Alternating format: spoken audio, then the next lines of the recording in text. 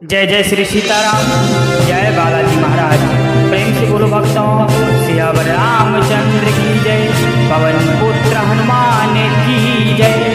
प्यारे भक्तों, आज हम आपको महाबलशाली हनुमान जी का एक ऐसा शक्तिशाली और तुरंत प्रभाव दिखाने वाला मंत्र सुनाने जा रहा हूँ, जिसे अगर आपने सच्चे मन व श्रद्धा भाव से एक बार सुन भी लेते हैं तो आपके जीवन की काया पलट जाएगी।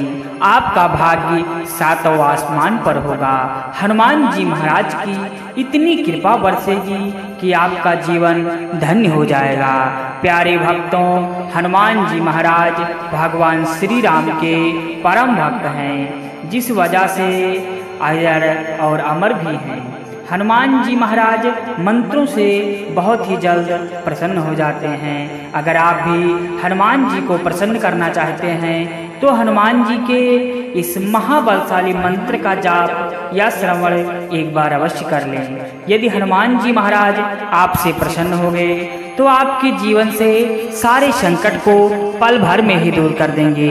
तो प्यारे भक्तों, यदि आपका जीवन में भी दुख बहुत ज़्यादा है और आपके जीवन में दिन प्रतिदिन नए नए संकट आते रहते हैं, आपका हर काम बनते बनते बिगड़ जा रहा है, आपके जीवन में धन की बहुत ज़्यादा कमी है, धन आने के सभी रास्ते बंद हो चुके हैं, आपके घरों में गरीबी पैर पसाए बैठी हुई है, तो आप आज से ही इस महाबलशाली मंत्र का जाप या श्रवण शुरू करना प्रारंभ कर दें।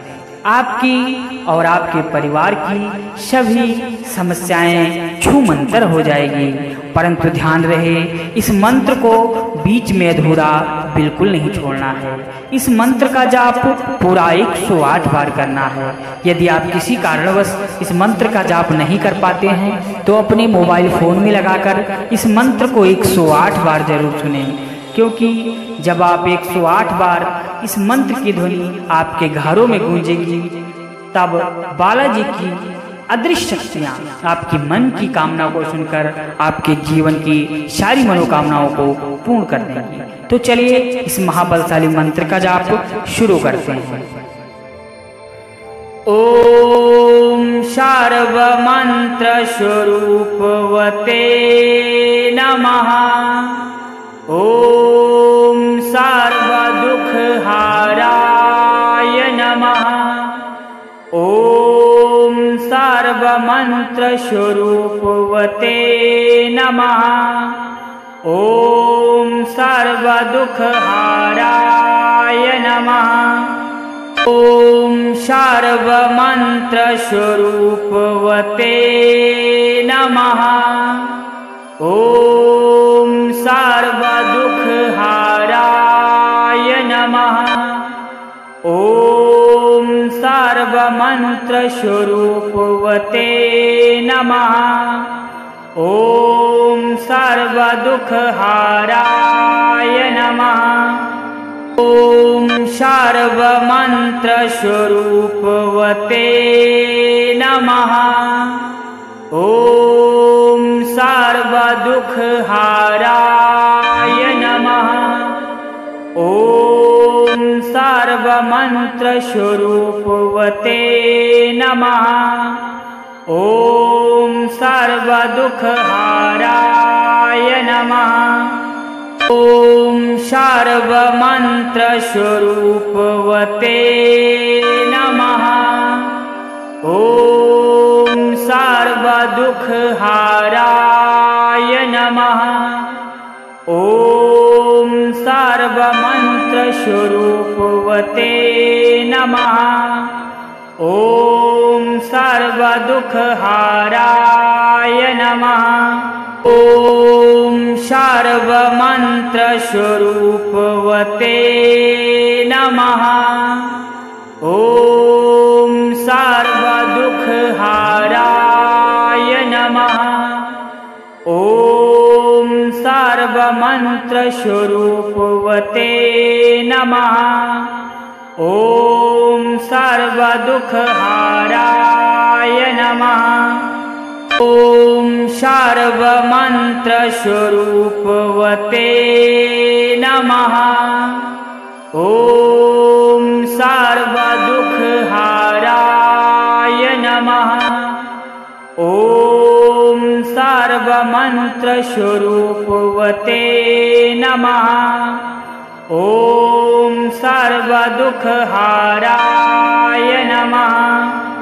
ॐ सर्वमन्त्रस्वरूपवते नमः। ॐ सर्वदुःखहाराय नमः। ॐ सर्वमन्त्रस्वरूपवते नमः। ॐ सर्वदुःखहाराय नमः। ॐ सर्वमन्त्रस्वरूपवते नमः। ॐ सर्वदुःखहाराय नमः। ॐ सर्वमन्त्रस्वरूपवते नमः। ॐ सर्वदुःखहाराय नमः।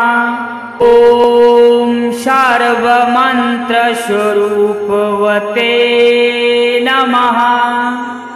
ॐ सर्वदुःखहाराय नमः। ॐ सर्वमन्त्रस्वरूपवते नमः। ॐ सर्वदुःखहाराय नमः। ॐ सर्वमन्त्रस्वरूपवते नमः। ॐ सर्वदुःखहाराय नमः। ॐ सर्वमन्त्रस्वरूपवते नमः। ॐ सर्वदुःखहाराय नमः। ॐ सर्वमन्त्रस्वरूपवते नमः। ॐ सर्वदुःखहाराय नमः। ॐ सर्वमन्त्रस्वरूपवते नमः। ॐ सर्वदुःखहाराय नमः। ॐ सर्वमन्त्रस्वरूपवते नमः।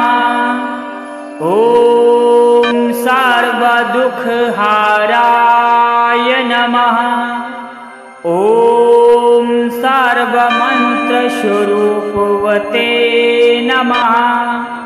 ॐ सर्वदुःखहाराय नमः। ॐ सर्वमन्त्रस्वरूपवते नमः। ॐ सर्वदुःखहाराय नमः। ॐ सर्वमन्त्रस्वरूपवते नमः। ॐ सर्वदुःखहाराय नमः। ॐ सर्वमन्त्रस्वरूपवते नमः। ॐ सर्वदुःखहाराय नमः। ॐ सर्वमन्त्रस्वरूपवते नमः। ॐ सर्वदुःखहाराय नमः। ॐ सर्वमन्त्रस्वरूपवते नमः। ॐ सर्वदुःखहाराय नमः। ॐ सर्वमन्त्रस्वरूपवते नमः। ॐ सर्वदुःखहाराय नमः। ॐ सर्वमन्त्रस्वरूपवते नमः। ॐ सर्वदुःखहाराय नमः। ॐ सर्वमन्त्रस्वरूपवते नमः। ॐ सर्वदुःखहाराय नमः। ॐ सर्वमन्त्रस्वरूपवते नमः। ॐ सर्वदुःखहाराय नमः। ॐ सर्वमन्त्रस्वरूपवते नमः। ॐ सर्वदुःखहाराय नमः।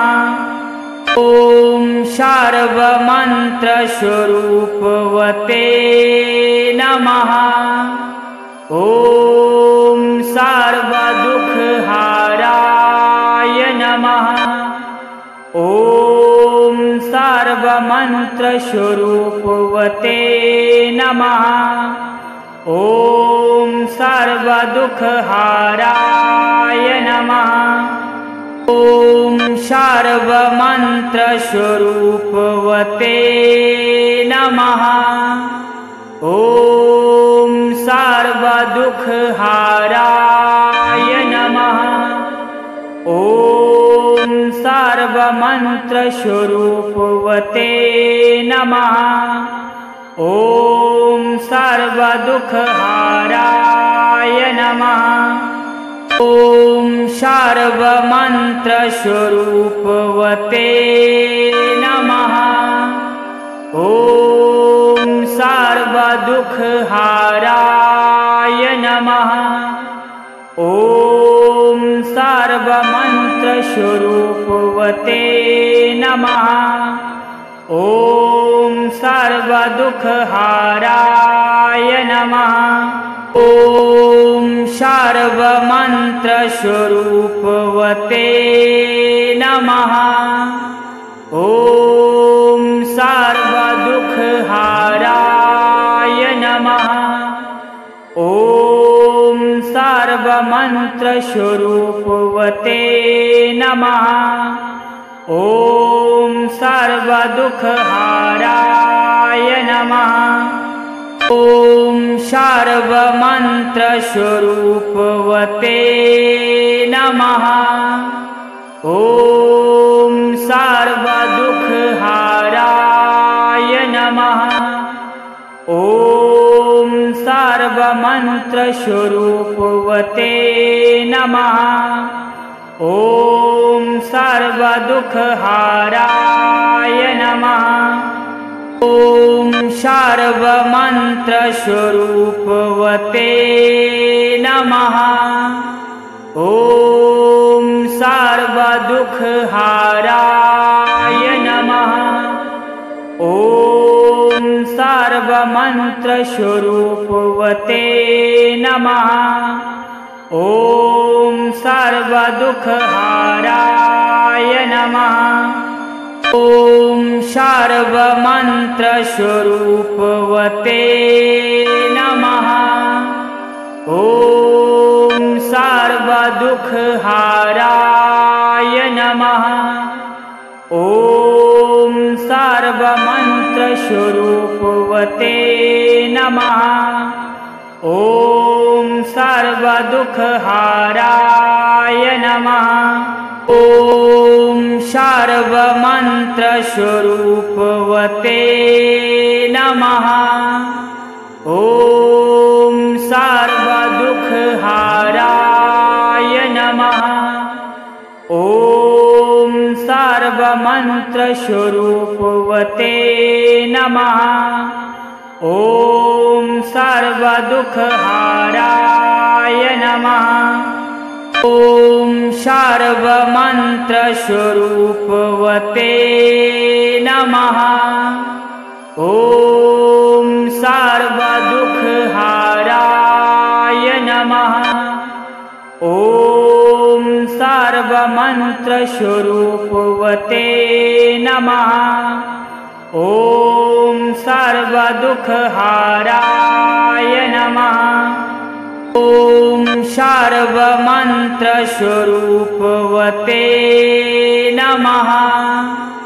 ॐ सर्वदुःखहाराय नमः। ॐ सर्व सर्वमन्त्रस्वरूपवते नमः।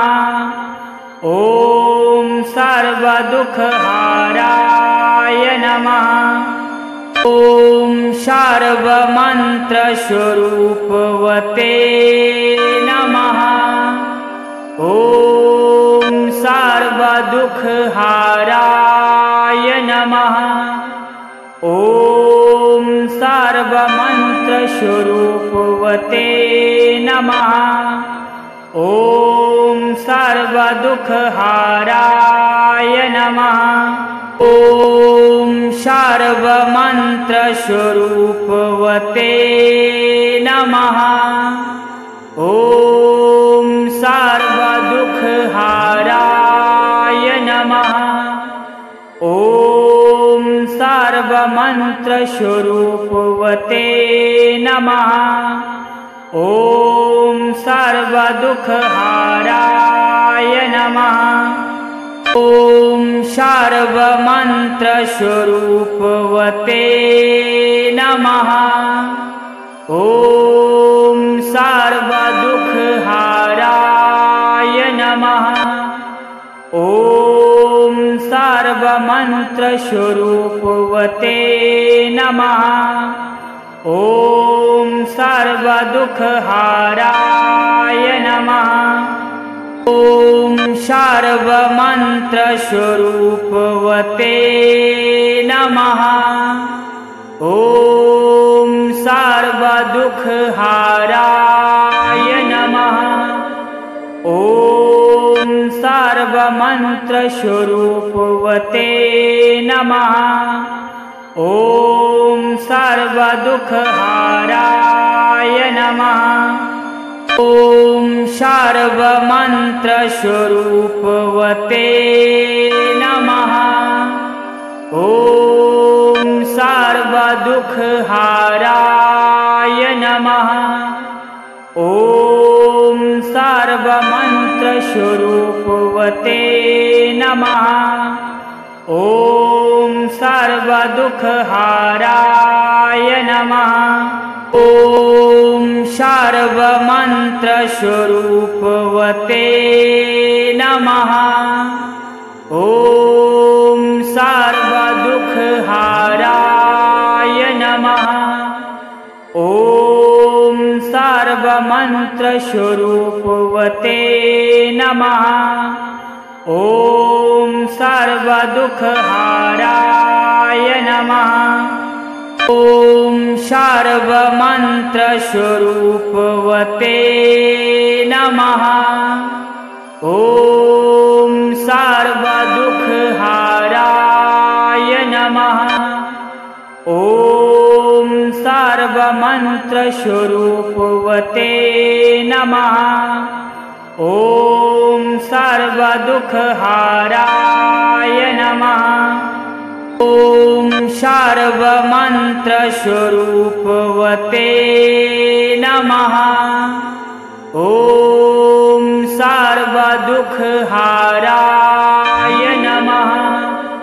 ॐ सर्वमन्त्रस्वरूपवते नमः। ॐ सर्वदुःखहाराय नमः। ॐ सर्वमन्त्रस्वरूपवते नमः। ॐ सर्वदुःखहाराय नमः। ॐ सर्वमन्त्रस्वरूपवते नमः। ॐ सर्वदुःखहाराय नमः। ॐ सर्वमन्त्रस्वरूपवते नमः। ॐ सर्वदुःखहाराय नमः। ॐ सर्वमन्त्रस्वरूपवते नमः। ॐ सर्वदुःखहाराय नमः। ॐ सर्वमन्त्रस्वरूपवते नमः। ॐ सर्वदुःखहाराय नमः। सर्वमन्त्रस्वरूपवते नमः। ॐ सर्वदुःखहाराय नमः। ॐ सर्वमन्त्रस्वरूपवते नमः। ॐ सर्वदुःखहाराय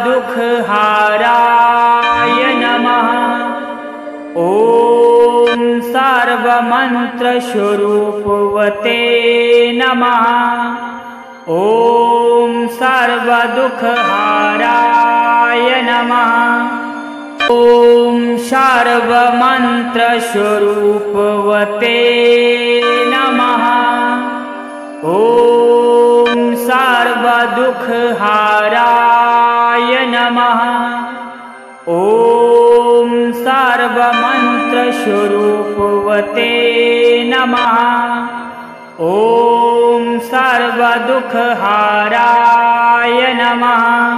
ॐ सर्वमन्त्रस्वरूपवते नमः। ॐ सर्वदुःखहाराय नमः। ॐ सर्वमन्त्रस्वरूपवते नमः। ॐ सर्वदुःखहाराय नमः। ॐ सर्वमन्त्रस्वरूपवते नमः। ॐ सर्वदुःखहाराय नमः। ॐ सर्वमन्त्रस्वरूपवते नमः। ॐ सर्वदुःखहाराय नमः। ॐ सर्वमन्त्रस्वरूपवते नमः। ॐ सर्वदुःखहाराय नमः।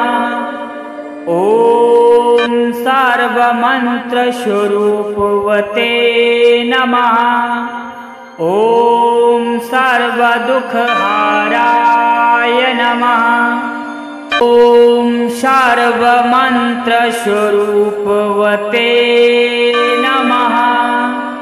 ॐ सर्वदुःखहाराय नमः। ॐ सर्वमन्त्रस्वरूपवते नमः। ॐ सर्वदुःखहाराय नमः। ॐ सर्वमन्त्रस्वरूपवते नमः। ॐ सर्वदुःखहाराय नमः। ॐ सर्वमन्त्रस्वरूपवते नमः। ॐ सर्वदुःखहाराय नमः। ॐ सर्वमन्त्रस्वरूपवते नमः। ॐ सर्वदुःखहाराय नमः। ॐ सर्वमन्त्रस्वरूपवते नमः। ॐ सर्वदुःखहाराय नमः। ॐ सर्वमन्त्रस्वरूपवते नमः। ॐ सर्वदुःखहाराय नमः। ॐ सर्वमन्त्रस्वरूपवते नमः।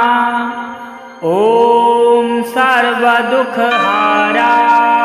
नमः। ॐ सर्वमन्त्रस्वरूपवते नमः।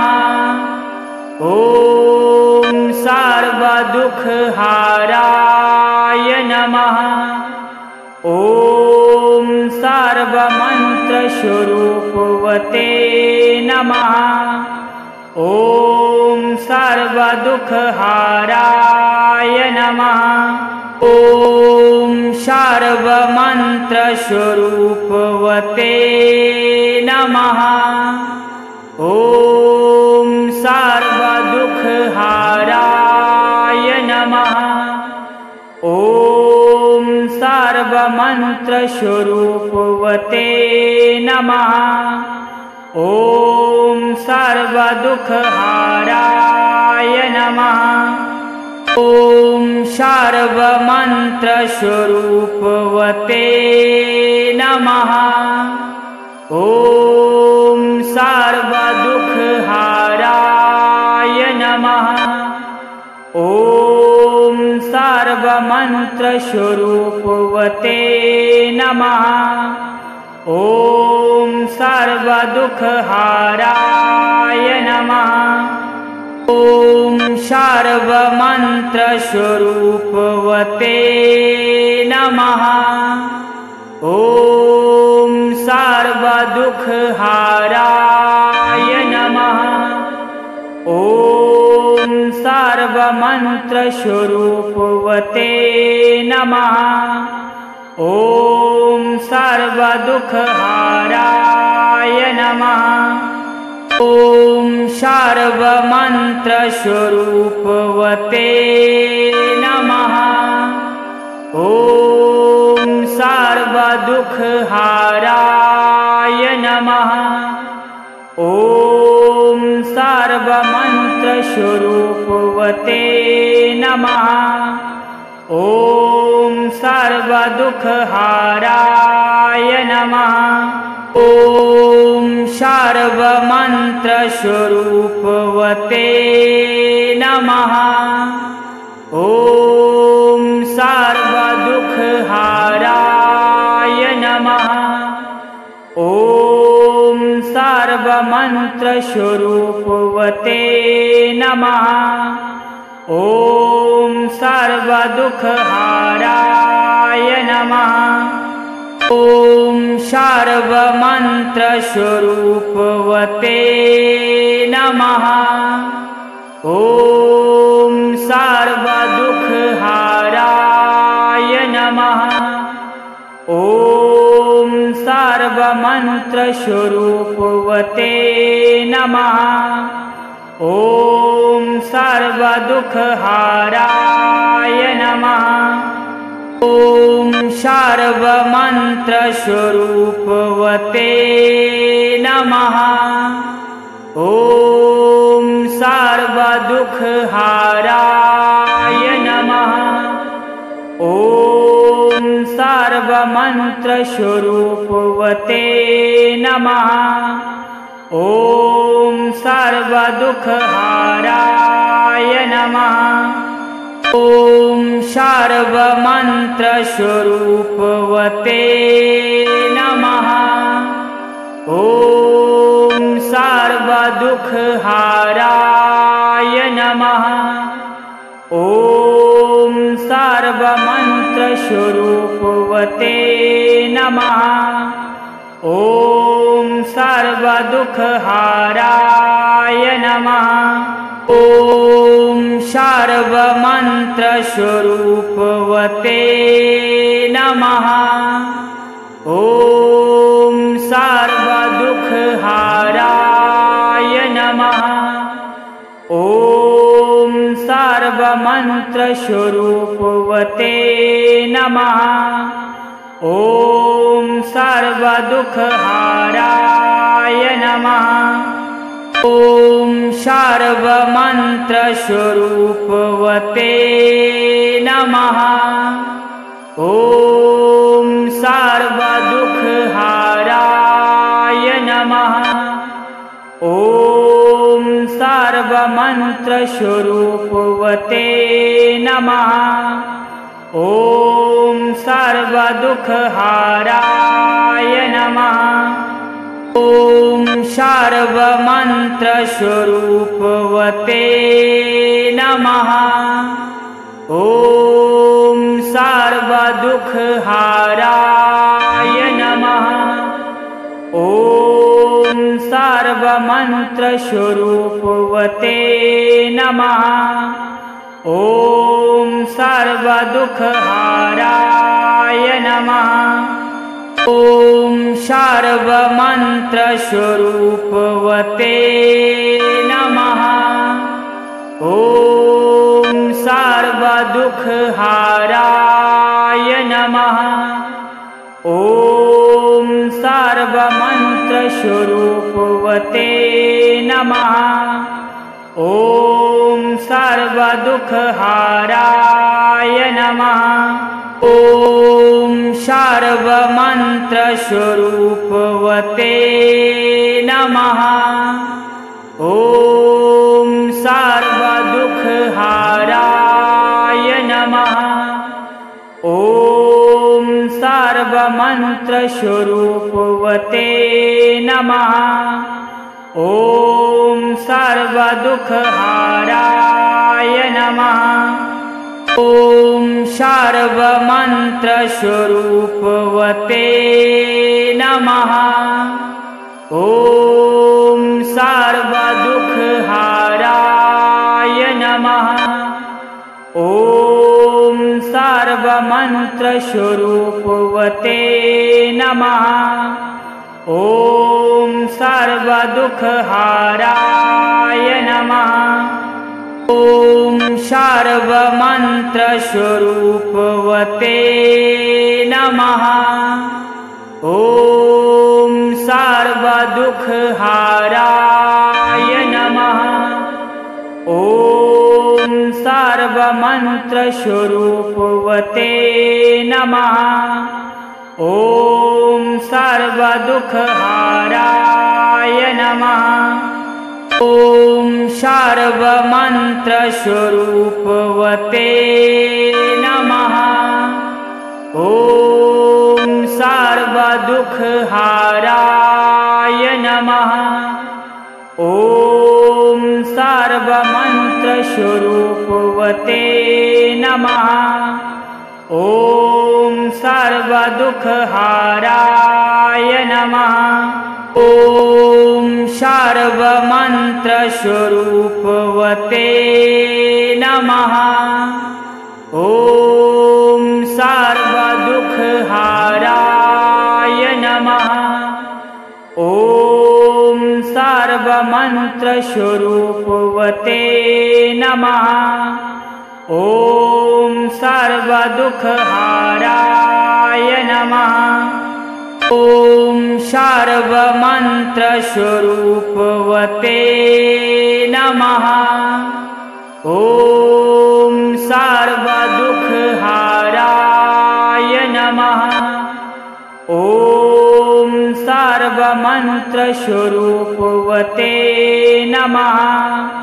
ॐ सर्वदुःखहाराय नमः। ॐ सर्वमन्त्रस्वरूपवते नमः। ॐ सर्वदुःखहाराय नमः। ॐ सर्वमन्त्रस्वरूपवते नमः। ॐ सर्वदुःखहाराय नमः। ॐ सर्वमन्त्रस्वरूपवते नमः। ॐ सर्वदुःखहाराय नमः। ॐ सर्वमन्त्रस्वरूपवते नमः। ॐ सर्वदुःखहाराय नमः। ॐ सर्वमन्त्रस्वरूपवते नमः। ॐ सर्वदुःखहाराय नमः। ॐ सर्वमन्त्रस्वरूपवते नमः। ॐ सर्वदुःखहाराय नमः। ॐ सर्वमन्त्रस्वरूपवते नमः। ॐ सर्वदुःखहाराय नमः। ॐ सर्वमन्त्रस्वरूपवते नमः। ॐ सर्वदुःखहाराय नमः। ॐ सर्वमन्त्रस्वरूपवते नमः। ॐ सर्वदुःखहाराय नमः। ॐ सर्वमन्त्रस्वरूपवते नमः। ॐ सर्वदुःखहाराय नमः। ॐ सर्वमन्त्रस्वरूपवते नमः। ॐ सर्वदुःखहाराय नमः। ॐ सर्वमन्त्रस्वरूपवते नमः। ॐ सर्वदुःखहाराय नमः। ॐ सर्वमन्त्रस्वरूपवते नमः। ॐ सर्वदुःखहाराय नमः। ॐ सर्वमन्त्रस्वरूपवते नमः। ॐ सर्वदुःखहाराय नमः। ॐ सर्वमन्त्रस्वरूपवते नमः। ॐ सर्वदुःखहाराय नमः। ॐ सर्वमन्त्रस्वरूपवते नमः। ॐ सर्वदुःखहाराय नमः। ॐ सर्वमन्त्रस्वरूपवते नमः। ॐ सर्वदुःखहाराय नमः। ॐ सर्वमन्त्रस्वरूपवते नमः। ॐ सर्वदुःखहाराय नमः। ॐ सर्वमन्त्रस्वरूपवते नमः। ॐ सर्वदुःखहाराय नमः। ॐ सर्वमन्त्रस्वरूपवते नमः। ॐ सर्वदुःखहाराय नमः। ॐ सर्वमन्त्रस्वरूपवते नमः। ॐ सर्वदुःखहाराय नमः। ॐ सर्वमन्त्रस्वरूपवते नमः। ॐ सर्वदुःखहाराय नमः। ॐ सर्वमन्त्रस्वरूपवते नमः। ॐ सर्वदुःखहाराय नमः। ॐ सर्वमन्त्रस्वरूपवते नमः। ॐ सर्वदुःखहाराय नमः। ॐ सर्वमन्त्रस्वरूपवते नमः। ॐ सर्वदुःखहाराय नमः। ॐ सर्वमन्त्रस्वरूपवते नमः। ॐ सर्वदुःखहाराय नमः। ॐ सर्वमन्त्रस्वरूपवते नमः। ॐ सर्वदुःखहाराय नमः। ॐ सर्वमन्त्रस्वरूपवते नमः। ॐ सर्वदुःखहाराय नमः। ॐ सर्वमन्त्रस्वरूपवते नमः। ॐ सर्वदुःखहाराय नमः। ॐ सर्वमन्त्रस्वरूपवते नमः। ॐ सर्वदुःखहाराय नमः। ॐ सर्वमन्त्रस्वरूपवते नमः। ॐ सर्वदुःखहाराय नमः। ॐ सर्वमन्त्रस्वरूपवते नमः। ॐ सर्वदुःखहाराय नमः। ॐ सर्वमन्त्रस्वरूपवते नमः। ॐ सर्वदुःखहाराय नमः। ॐ सर्वमन्त्रस्वरूपवते नमः। ॐ सर्वदुःखहाराय नमः। ॐ सर्वमन्त्रस्वरूपवते नमः। ॐ सर्वदुःखहाराय नमः। ॐ सर्वमन्त्रस्वरूपवते नमः। ॐ सर्वदुःखहाराय नमः। ॐ सर्वमन्त्रस्वरूपवते नमः। ॐ सर्वदुःखहाराय नमः। ॐ सर्वमन्त्रस्वरूपवते नमः। ॐ सर्वदुःखहाराय नमः। ॐ सर्वमन्त्रस्वरूपवते नमः। ॐ सर्वदुःखहाराय नमः। ॐ सर्वमन्त्रस्वरूपवते नमः। ॐ सर्वदुःखहाराय नमः।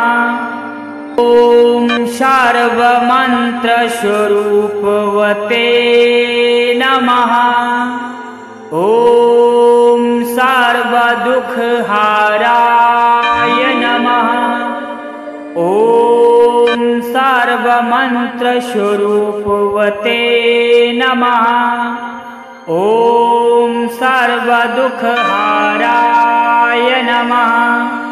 ॐ सर्वमन्त्रस्वरूपवते नमः। ॐ सर्वदुःखहाराय नमः। ॐ सर्वमन्त्रस्वरूपवते नमः। ॐ सर्वदुःखहाराय नमः। ॐ सर्वमन्त्रस्वरूपवते नमः। ॐ सर्वदुःखहाराय नमः। ॐ सर्वमन्त्रस्वरूपवते नमः। ॐ सर्वदुःखहाराय नमः। ॐ सर्वमन्त्रस्वरूपवते नमः। ॐ सर्वदुःखहाराय नमः। ॐ सर्वमन्त्रस्वरूपवते नमः। ॐ सर्वदुःखहाराय नमः। ॐ सर्वमन्त्रस्वरूपवते नमः। ॐ सर्वदुःखहाराय नमः। ॐ सर्वमन्त्रस्वरूपवते नमः। ॐ सर्वदुःखहाराय नमः। ॐ सर्वमन्त्रस्वरूपवते नमः। ॐ सर्वदुःखहाराय नमः। ॐ सर्वमन्त्रस्वरूपवते नमः। ॐ सर्वदुःखहाराय नमः। ॐ सर्वमन्त्रस्वरूपवते नमः। ॐ सर्वदुःखहाराय नमः। ॐ सर्वमन्त्रस्वरूपवते नमः। ॐ सर्वदुःखहाराय नमः। ॐ सर्वमन्त्रस्वरूपवते नमः। ॐ सर्वदुःखहाराय नमः। ॐ सर्वमन्त्रस्वरूपवते नमः। ॐ सर्वदुःखहाराय नमः। ॐ सर्वमन्त्रस्वरूपवते नमः। ॐ सर्वदुःखहाराय नमः। ॐ सर्वमन्त्रस्वरूपवते नमः। ॐ सर्वदुःखहाराय नमः। ॐ सर्वमन्त्रस्वरूपवते नमः। ॐ सर्वदुःखहाराय नमः। ॐ सर्वमन्त्रस्वरूपवते नमः। ॐ सर्वदुःखहाराय नमः। ॐ सर्वमन्त्रस्वरूपवते नमः। ॐ सर्वदुःखहाराय नमः। ॐ सर्वमन्त्रस्वरूपवते नमः। ॐ सर्वदुःखहाराय नमः। ॐ सर्वमन्त्रस्वरूपवते नमः। ॐ सर्वदुःखहाराय नमः। ॐ सर्वमन्त्रस्वरूपवते नमः। ॐ सर्वदुःखहाराय नमः। ॐ सर्वमन्त्रस्वरूपवते नमः। ॐ सर्वदुःखहाराय नमः। ॐ सर्वमन्त्रस्वरूपवते नमः। ॐ सर्वदुःखहाराय नमः। ॐ सर्वमन्त्रस्वरूपवते नमः। ॐ सर्वदुःखहाराय नमः। ॐ सर्वमन्त्रस्वरूपवते नमः। ॐ सर्वदुःखहाराय नमः। ॐ सर्वमन्त्रस्वरूपवते नमः। ॐ सर्वदुःखहाराय नमः। ॐ सर्वमन्त्रस्वरूपवते नमः। ॐ सर्वदुःखहाराय नमः। ॐ सर्वमन्त्रस्वरूपवते नमः। ॐ सर्वदुःखहाराय नमः। ॐ सर्वमन्त्रस्वरूपवते नमः। ॐ सर्वदुःखहाराय नमः। ॐ सर्वमन्त्रस्वरूपवते नमः। ॐ सर्वदुःखहाराय नमः। ॐ सर्वमन्त्रस्वरूपवते नमः। ॐ सर्वदुःखहाराय नमः। ॐ सर्वमन्त्रस्वरूपवते नमः। ॐ सर्वदुःखहाराय नमः। ॐ सर्वमन्त्रस्वरूपवते नमः। ॐ सर्वदुःखहाराय नमः। ॐ सर्वमन्त्रस्वरूपवते नमः। ॐ सर्वदुःखहाराय नमः। ॐ सर्वमन्त्रस्वरूपवते नमः। ॐ सर्वदुःखहाराय नमः। ॐ सर्वमन्त्रस्वरूपवते नमः। ॐ सर्वदुःखहाराय नमः।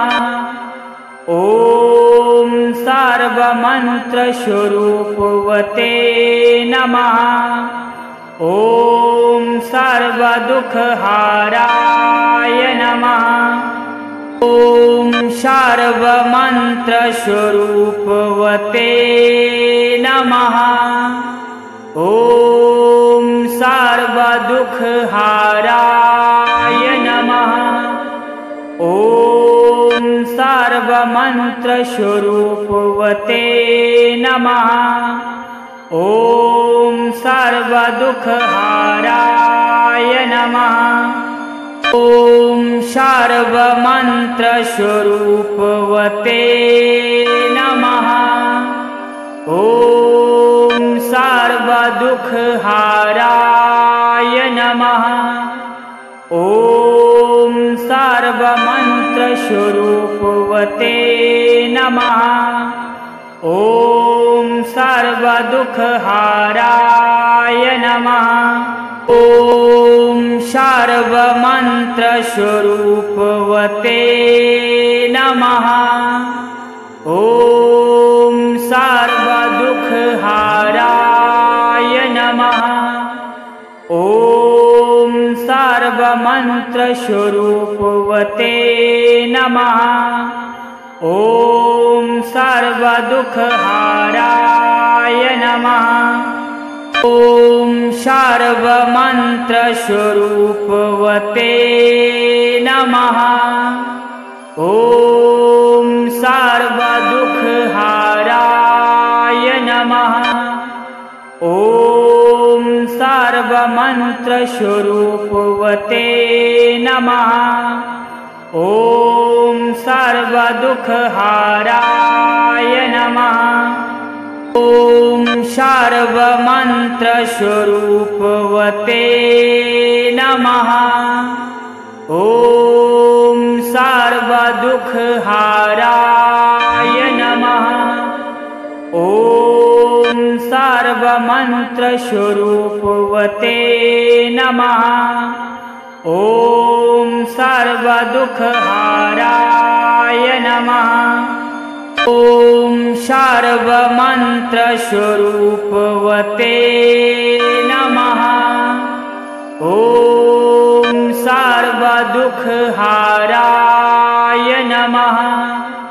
ॐ सर्वमन्त्रस्वरूपवते नमः। ॐ सर्वदुःखहाराय नमः। ॐ सर्वमन्त्रस्वरूपवते नमः। ॐ सर्वदुःखहाराय नमः। ॐ सर्वमन्त्रस्वरूपवते नमः। ॐ सर्वदुःखहाराय नमः। ॐ सर्वमन्त्रस्वरूपवते नमः। ॐ सर्वदुःखहाराय नमः। ॐ सर्वमन्त्रस्वरूपवते नमः। ॐ सर्वदुःखहाराय नमः। ॐ सर्वमन्त्रस्वरूपवते नमः।